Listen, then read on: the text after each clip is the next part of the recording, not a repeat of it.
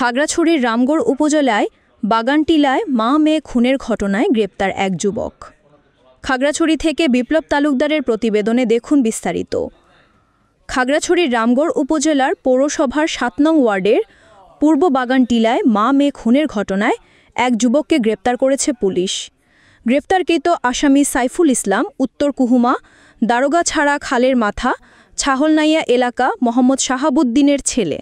গলা কেটে হত্যা করা মা আমেনা খাতুন ও মেয়ে রাহেনা আক্তার দুইজনই গ্রেপ্তারকৃত আসামি সাইফুল ইসলাম এর আপন দাদি ও ফুপু হয়। পুলিশ সুপার আরেফিন জুয়েল জানান, ঘটনার দিন আসামি সাইফুল ইসলাম তার দাদির বাড়িতে এসে টাকার দাবিতে ভিকটিমদের ওপর আক্রমণ করে। এ সময় আসামি দাদি আমেনা খাতুন ও খালা রাহেনা আক্তারকে গলা কেটে হত্যা করে।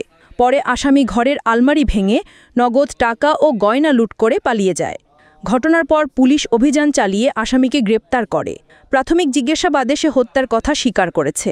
এ সময় তার কাছ থেকে ভিকটিম রাহেনা আক্তারের ব্যবহৃত মোবাইল ফোন উদ্ধার করা হয়, যা সে চট্টগ্রামের ভূজপুর থানাধীন ইসলামপুর বাজারের এক দোকানদারের কাছে ৪০০ টাকায় বিক্রি করেছিল।